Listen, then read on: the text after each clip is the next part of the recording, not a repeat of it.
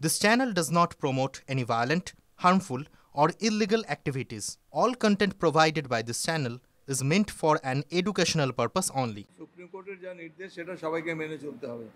ওয়াকফ board নিয়ে অনেক বিতর্ক হয়েছে, অনেক আলোচনা হয়েছে, বিভিন্ন লোক তাদের বিভিন্ন রকম মতামত দিয়েছেন, কিন্তু ওয়াকফ সম্পত্তি যেটা আছে এর কাস্টোডিয়ান কে হবে এটা নিয়ে অনেক দিনের বিতর্ক। ডিএমকে আমাদের নতুন আইনে ডিএমকে পাওয়ার দেওয়া হয়েছিল, সুপ্রিম কোর্ট মনে করেছেন এটা ওয়াকফ বোর্ডের একটা ট্রাইব্যুনাল হবে, তার হাতে যাবে।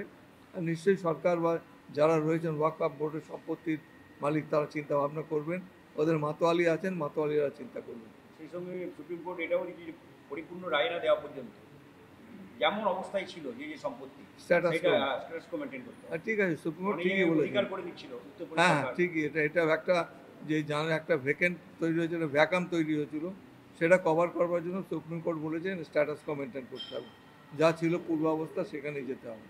এখনও দেখা যাচ্ছে বিভিন্ন রাজ্যে পরিযায়ী শ্রমিকরা আক্রান্ত হচ্ছে। কালকে ঝাড়খণ্ডে হয়েছে, তামিলনাড়ুতে হয়েছে, এবং ঝাড়খণ্ডে এমনই যে মানে মৃত্যুর সঙ্গে লড়াই করছে পিজি হসপিটালে। অত্যন্ত দুর্ভাগ্যজনক। এই নিয়ে মাননীয় মুখ্যমন্ত্রী আমাদের বিধানসভায় আলোচনা হয়েছে, বিস্তারিত আলোচনা হয়েছে, এবং মাননীয় মুখ্যমন্ত্রী তার দৃষ্টিভঙ্গি অত্যন্ত পরিষ্কার করে দিয়েছেন।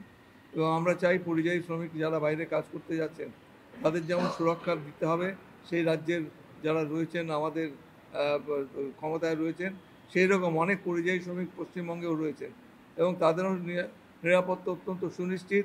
রাজ্য সরকার তাদের জন্য অত্যন্ত পরিষ্কারভাবে বলে দিয়েছেন তাদের নিরাপত্তার কোনো অভাব হবে না।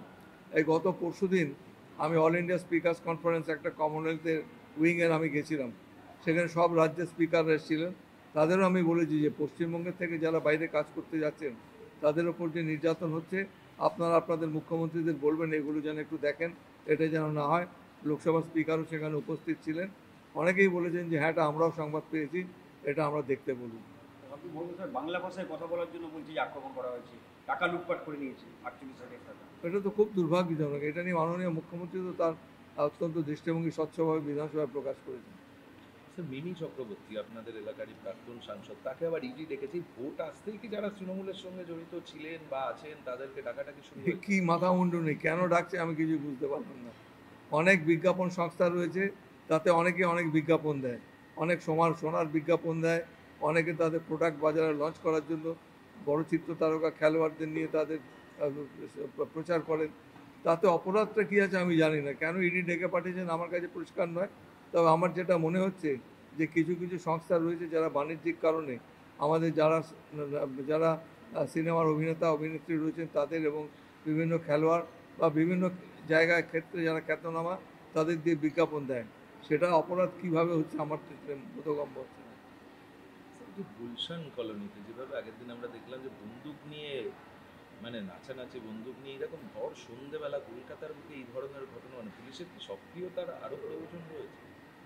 এই ব্যাপারটা মাননীয় মুখ্যমন্ত্রী দেখছেন, এই ব্যাপারটা তিনি ওই ব্যাপারে অত্যন্ত সতর্ক রয়েছেন, বলেছেন তিনি এই ব্যাপারটায়, এবং আমার আশা করি সরকার নিশ্চয়ই ব্যাপারে দৃষ্টি দেবেন। তবে একটা কথা, যে কি করে এই যেমন একজন অপরাধী যারা এই ধরনের অপরাধমূলক কাজকর্ম করছে তারা চোখের আড়ালে চলে যাচ্ছে, এটা খুব বিস্ময়কর। এটা নিশ্চয়ই প্রশাসন থেকে দেখবেন। এটা চোখের আড়ালে যাচ্ছে, আবার ফেসবুকে কিন্তু তারা দেখছেন, সেটাই তো আমি বলছি। মানে চোখের আড়ালে মানে কি, মেঘের আড়ালে থেকে সেই মেঘনাদের মতো যুদ্ধ করার মতো, ওকে কেউ দেখতে পাবে না, ও কিন্তু সবার বিরুদ্ধে লেগে যাবে।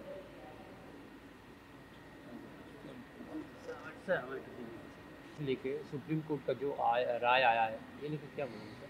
देखिए, सुप्रीम कोर्ट जो राय दिए हैं वो सब कुछ विचार करके, जो लोग मतवाली लोग हैं वो लोग दे आर नॉट प्रॉपरली इसको यूटिलाइज नहीं करते हैं, इसके लिए बहुत थी। इसीलिए वहाँ जो बिल लिया गया अमेंडमेंट बिल, अब उसके ऊपर यहाँ पर भी चर्चा हुआ है।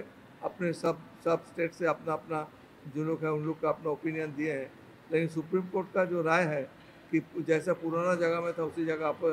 যেটা দেখা গেল, আমাদের প্রধানমন্ত্রী বললেন যে যে মানে রক্ত এবং জল একসঙ্গে বইতে পারে না। সেখানে দেখা যাচ্ছে ইন্ডিয়ার পাকিস্তান খেলছে দুবাইয়ের মাঠে গিয়ে, এবং ইন্ডিয়া টিম খালি দেখছি যে খেলাধুলোর ক্ষেত্রে কোনো বিভাজন না হয় বাঞ্ছনীয়। খেলাধুলো একটা আলাদা প্রেক্ষাপট। তো আমি অবাক হয়ে গেলাম, মণিপুরে কালকে গেলেন আবার তারপরে দাঙ্গা শুরু হয়ে গেল। কি উনি শান্তির প্রতিষ্ঠা করে এলেন সেই ব্যাপারে আমি বলতে পারবো না, তবে ওনার এই দিকটা দেখা উচিত। উনি অনেক কথা বলে এসেছেন মণিপুরকে এগিয়ে নিয়ে যাওয়ার জন্য, কিন্তু যেভাবে কথা বলেছেন, সাধারণ মানুষকে নিরাপত্তা দেওয়ার আশ্বাস দিয়েছেন, তারপর থেকে দেখি মণিপুরে আবার হিংসা হচ্ছে। কেন হচ্ছে এটা সরকারের, কেন্দ্র সরকারের আরও বেশি গুরু দায়িত্ব নেওয়া হচ্ছে এই ব্যাপারে।